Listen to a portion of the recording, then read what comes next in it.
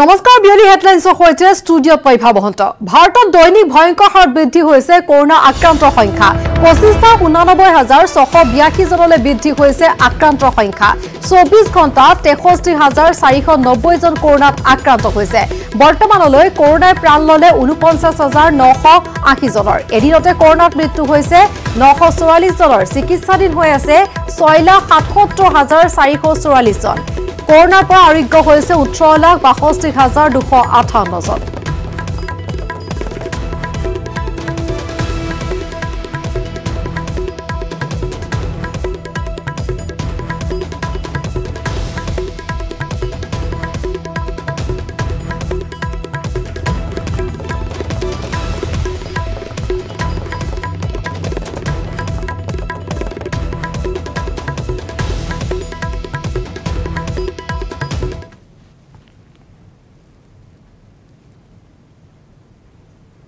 और इफाले राज्यतो भयंकर हार बृद्धि कोरोना आक्रांत संख्या। शनिवार 1057 जन कोरोनात आक्रांत। 75,558 जनলৈ বৃদ্ধি হৈছে कोरोना आक्रांत संख्या। 20,805টা টেষ্টৰ ভিতৰত 1057 জন পজিটিভ। 1057 জনৰ ভিতৰত গুৱাহাটীতে 293 জন চিনাক্ত। 51,693 গৰাকী লোক আৰোগ্য হোৱাৰ বিপৰীতে চিকিৎসাধীন হৈ আছে 23,680 গৰাকী। আৰু ইফালে কোৰোনাত আক্ৰান্ত হৈ ৰাজ্যত প্ৰাণ গৈছে 182 গৰাকী লোকৰ।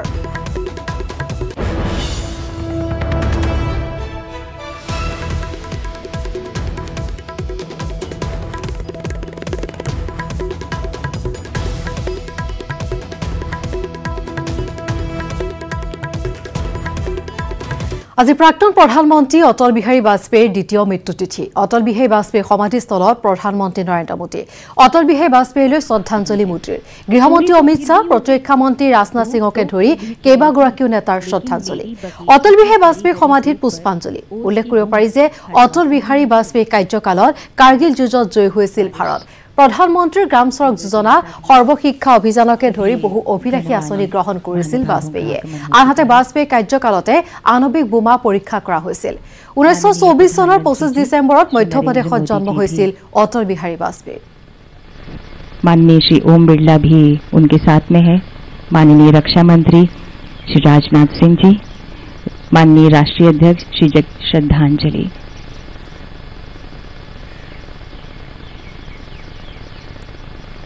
माननीय रहेगा माननीय प्रधानमंत्री श्री नरेंद्र मोदी जी ने शब्दों से ऐसे श्रद्धांजलि अर्पित की थी और अभी पुष्पांजलि।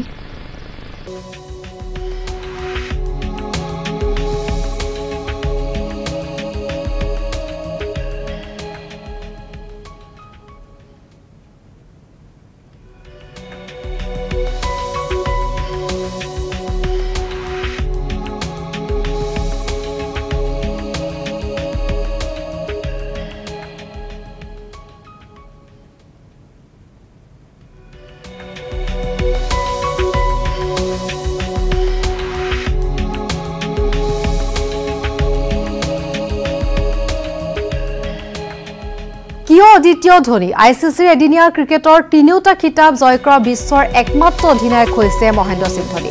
2007 চনত ধোনীৰ নেতৃত্বত টি20 বিশ্বকাপ জয় ভাৰতৰ। 2011 চনত ধোনীৰ নেতৃত্বত এদিনীয়া বিশ্বকাপ জয়। 2013 চনত ধোনীৰ নেতৃত্বত চেম্পিয়ন্স ট্ৰফি জয়। বিশ্বৰ সৰ্বাধিক 195টা ষ্টাম্পিং কৰাৰ ঈৰ্ষণীয় অভিলেখ। অধিনায়ক হিচাপেও বিশ্বৰ সৰ্বাধিক 150খন টি20 জয়। উইকেট কিপাৰ হিচাপে এদিনীয়াত বিশ্বৰ সৰ্বাধিক 183 ৰান সংগ্ৰহ। অধিনায়ক হিচাপে বিশ্বৰ সৰ্বাধিক 332খন আন্তঃৰাষ্ট্ৰীয় খেলত অংশগ্ৰহণ। অধিনায়ক হিচাপে সৰ্বাধিক 6খন টি20 বিশ্বকাপত অংশগ্ৰহণ। দ্বিতীয়বাৰলৈ আইচিচিৰ বৰ্ষশ্ৰেষ্ঠ ক্ৰিকেটাৰ সন্মান লাভ একমাত্ৰ ক্ৰিকেটাৰ ধোনী। 2008 আৰু 2009 চনত আইচিচিৰ বৰ্ষশ্ৰেষ্ঠ ক্ৰিকেটাৰ সন্মান, 2007 চনত ৰাজীৱ গান্ধী খেলৰত্ন বঁটা, 2009 চনত পদ্মশ্ৰী সন্মান আৰু 2018 চনত পদ্মভূষণ সন্মান।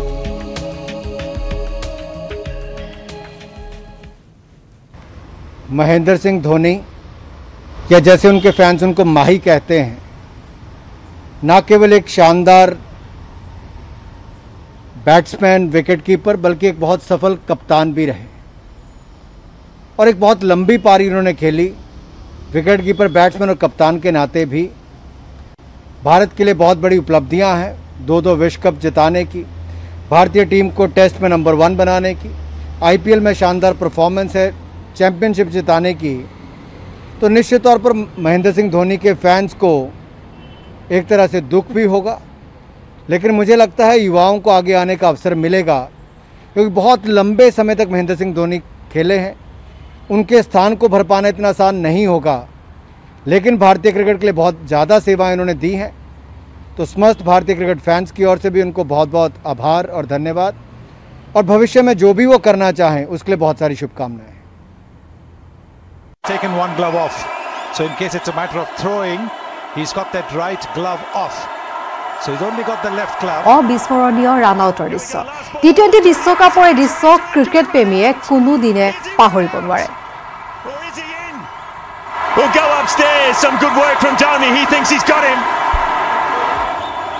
Bear with me, gentlemen. Decision pending. 2011 চনত নিজৰ অভিনৱ শৈলীৰে ভাৰতক দ্বিতীয়বাৰ বাবে বিশ্বকাপ জয়ৰ সোৱাদ দিছিল মহেন্দ্ৰ সিং ধোনীয়ে। 1983 পিছত ধোনীৰ নেতৃত্বত ভাৰতে সোৱাদ লৈছিল বিশ্বকাপ জয়ৰ। বীৰৰ দৰে এটা বিশাল ছিক্সাৰেৰে ভাৰতক দিছিল বিশ্ব জয়ৰ আনন্দ। Absolutely magnificent in the night of the final. Dhoni finishes off in style. A magnificent strike into the crowd. India lift the World Cup. প্ৰাক্তন ক্ৰিকেটাৰ কীৰ্তি আজাদ আৰু দিলীপ ভেংকটেশ্বৰ ধোনীৰ অৱসৰক লৈ মন্তব্য প্ৰকাশ কৰিছে। এবাৰ আগবঢ়াইছো তেওঁলোক দুয়োগৰাকীৰ মন্তব্য। धोनी ने जो देश की सेवा की क्रिकेट खेलते हुए वह अद्वितीय है। कैप्टन कूल कहते थे उनको, फिनिशर कहते थे उनको, और उन्होंने बखूबी करके दिखाया। कभी भी परिस्थिति अगर विषम हो, खराब हो, तो ऐसी परिस्थिति में आपने सदैव उनको देखा, उनके चेहरे पे कोई शिकन नहीं दिखती थी, आपको पता नहीं लगता था क्या होगा। जैसे शतरंज का खेल खेलते हैं ना, तो खिलाड़ी सोचता है कि अगर इसने ये मूव खेला या वो मूव खेला तो मैं अगला मूव क्या करूंगा, तो 2-3 मूव आगे सोचता है वो कि मैं क्या चाल चलूंगा। उस तरह की सोच सदैव रहती थी, और सामने जो खेलने वाले प्रतिद्वंदी होते थे उनको पता ही नहीं लगता था कि धोनी क्या सोच रहा है या क्या कर रहा है, और सीधा पता लगता था कि जो वो सोच रहे हैं उसी पर उसने मार दिया। तो वह धोनी की एक बहुत ज़बरदस्त कला थी जिसको हम भूल नहीं सकते। मैचेस अंत में ऐसा लगता था ख़त्म हो जाएगा, क्या इंडिया जीतेगी, हार तो नहीं जाएगी, और वो आकर के फिनिश करते थे चौके छक्के के साथ, एंड तक खेलते थे। तो वह उनकी एक ऐसा क्लास और क्वालिटी थी जो उनको औरों से अलग करती है। जैसे हर एक खिलाड़ी के अपने अपने क्लास होते हैं। सचिन तेंदुलकर का अलग है, कपिल देव का अलग था, सुनील गावस्कर का अलग है, विराट कोहली का अलग है। उसी तरीके से एक कप्तान के रूप में जिस प्रकार से वो कैप्टन कूल थे और फिनिशर थे और मुस्कान चेहरे पे रहती थी, वह उनकी एक अलग बात थी, उनका एक वो अलग चरित्र था। I think he retired at the Test cricket when our team was in Australia. I think he didn't announce it that time. And now he didn't have a press conference now again. He announced it straight to the BCCI. Well, that's him in the sense, you know. So I'm not surprised. And again, for the next 1 year, there's no cricket as such. So possibly he must have decided that I think it's time to retire. And he did it because he always played again on his own merit. He was an outstanding cricketer. And one of the best in the world, and I think as a captain he was the best at what we ever had.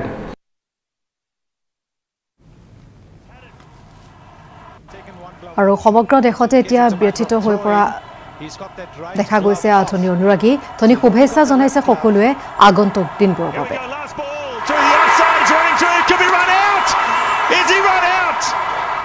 Dhoni एक ऐसा नाम है Indian cricket के लिए, कुछ लोग आते हैं इतिहास बनते हैं, कुछ लोग इतिहास बना जाते हैं। धोनी एक ऐसा ही नाम है।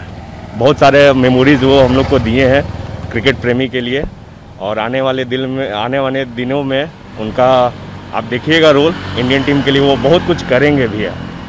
और चूँकि वो बिहार झारखंड से ही बिलोंग करते थे, तो एक फीलिंग सेंटिमेंट हम लोग का हमेशा शुरू से जुड़ा हुआ है धोनी के साथ, और माही मार रहा है और माही हमेशा मारेगा। We love you Dhoni. Dhoni सारे युवा का स्टार थे, क्रिकेट प्रेमी का, और उनको जानने से हम लोग थोड़ा चकित हैं, क्योंकि एक फेयरवेल मैच बीसीसीआई को देना चाहिए था उनको। वो एक ऐसे ही चले गए हैं, और उनके बारे में जितना बोले उतना ही कम है कि वो एक महान क्रिकेटर हैं और आगे भविष्य में भी वो BCCI कोई बड़े चेयर पे बैठ के और वो अच्छा क्रिकेट इंडिया को प्लेयर चुन के उनको मिले अपने तरह ही। लेकिन धोनी एक ही था और मुझे तो ऐसा नहीं लगता, मेरा अपना है कि धोनी जैसा फिर दोबारा कोई आएगा। फिर भी उनका तो अब रिटायरमेंट ले लिए, लेकिन मेंटर तो रहेंगे ही हमारे लिए और हम सभी के उनका ये हेलीकॉप्टर शॉट तो बेस्ट है। खैर उनका अपना सोच है और बेस्ट डिसीजन। মহেন্দ্ৰ সিং ধোনীয়ে ক্ৰিকেটৰ পৰা অৱসৰ গ্ৰহণ কৰাৰ পিছতে এতিয়া দুখ প্ৰকাশ কৰিছে অনুৰাগীয়ে, লগতে সকলোৱে শুভেচ্ছা জ্ঞাপন কৰিছে। ক্ৰিকেটৰ বলিউডৰ তাৰকা, ৰাজনৈতিক নেতাকে ধৰি সকলো ক্ষেত্ৰৰ ব্যক্তিসকলে ধোনীক জনাইছে শুভেচ্ছা।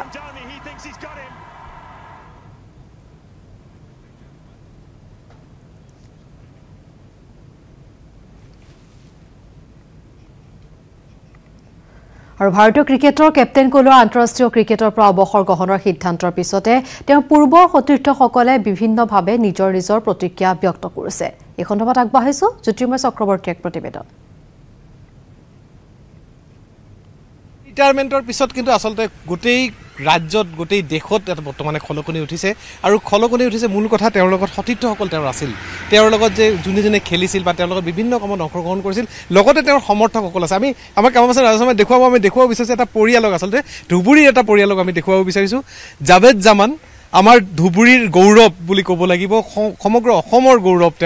তেওঁ ধোনীৰ লগত একেলগে ৰুম শ্বেয়াৰ কৰিছিল, মহেন্দ্ৰ সিং ধোনীৰ লগত খেলিছিল। কিন্তু তেওঁক আমি কথা পাতিম, কিন্তু আমি যে ধোনীৰ যে সৰু সতীৰ্থ, ধোনীৰ যে সৰু আচলতে ফেন ক্লাব, তেওঁলোকে ধোনী মিছ ইউ বুলি পোষ্টাৰ লৈ ৰাতিপুৱাই আমি জাভেদদাৰ ইণ্টাৰভিউ কৰিবলৈ ইয়াত অহাৰ লগে লগে জাভেদদাৰ ল'ৰা, তেওঁৰ পৰিয়ালৰ মানুহ সকলোৱে ওলাই আহিছে। ধোনীৰ যে এই আচলতে তেওঁৰ প্ৰতি যে মানুহৰ ক্ৰেজ এতিয়াও যে সেইটো 100% আছে, হঠাৎকৈ ৰিটায়াৰমেণ্টৰ কথাটোত কি ক'ব আপুনি? সঁচাকৈ খুব বেয়া লাগিছে।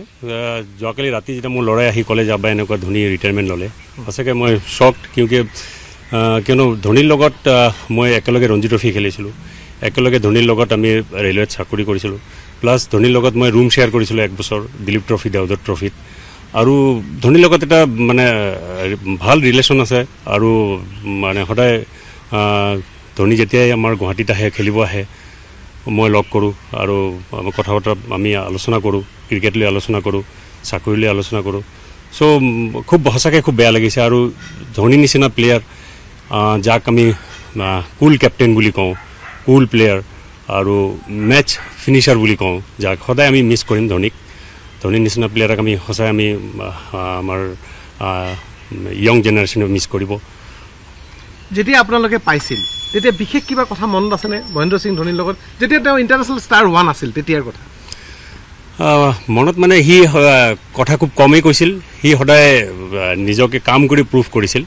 আৰু তাৰ যোনটো ডিচিপ্লিন মানে তাৰ খেলৰ লগত যাৰ যোনটো মানে একচুৱেলি সি খুব ডিচিপ্লিন লাইফ মানে মেইনটেইন কৰিছিল, প্লাছ তাৰ ডেডিকেশ্যন, তাৰ যোনটো প্ৰেক্টিচৰ আমি যোনটো দেখা পাইছোঁ, সঁচাই মানে সি সেইবিলাকে আমাক মানে হেৰি কৰি ৰাখিছিল যে এজন ডাঙৰ প্লেয়াৰ হ'বলৈ হ'লে কি কৰিব লাগে একচুৱেলি।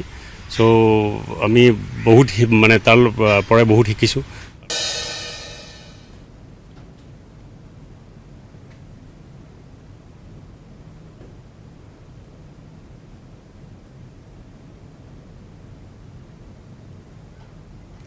উভতিছো বিৰতিৰ পাছত। ৰেল ক্ৰছিং মুকলি কৰাৰ দাবীত কোকৰাঝাৰৰ কমলাচাৰ প্ৰতিবাদ। কমলাচাৰৰ চেঁচাপানীৰ সংযোগী ৰেলপথৰ ক্ৰছিং বন্ধ হৈ পৰা তীব্ৰ সমস্যাত পৰিছে বৃহত্তৰ অঞ্চলৰ বহু লোক। এই পথৰে দৈনিক অহা যোৱা কৰে ছাত্ৰ ছাত্ৰীকে ধৰি বহু লোক। কিন্তু ৰেল বিভাগে হঠাতে ৰেল ক্ৰছিং বন্ধ কৰি দিয়াত এক হাহাকাৰ অৱস্থাৰ সৃষ্টি হয়। শীঘ্ৰে ৰেল ক্ৰছিং মুকলি কৰি দিয়াৰ দাবী জনাইছে প্ৰতিবাদকাৰীসকলে। আৰু এই প্ৰতিবাদী কাৰ্যসূচী সন্দৰ্ভত আগবঢ়াইছো শান্তিগিৰি নাৰ্জাৰীৰ এক প্ৰতিবেদন, আৰু এই প্ৰতিবেদনেৰে বিদায় লৈছো বাতৰিৰ পৰা। ৰাইজৰ প্ৰতিবাদ।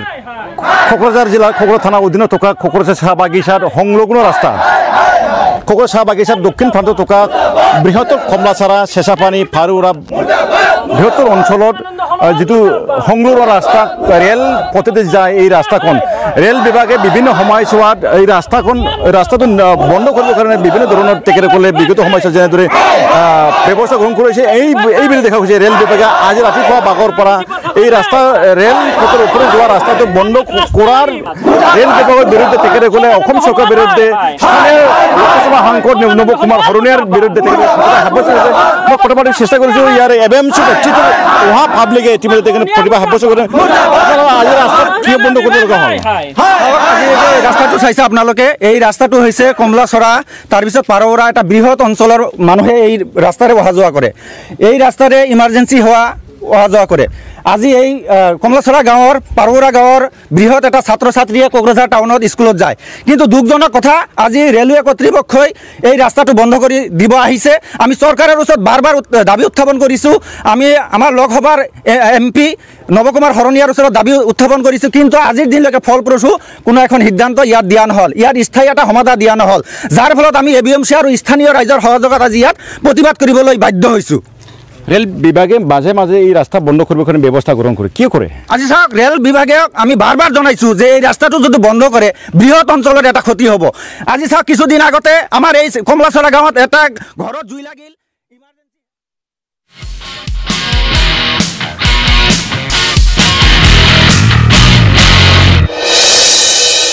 Niewsheadline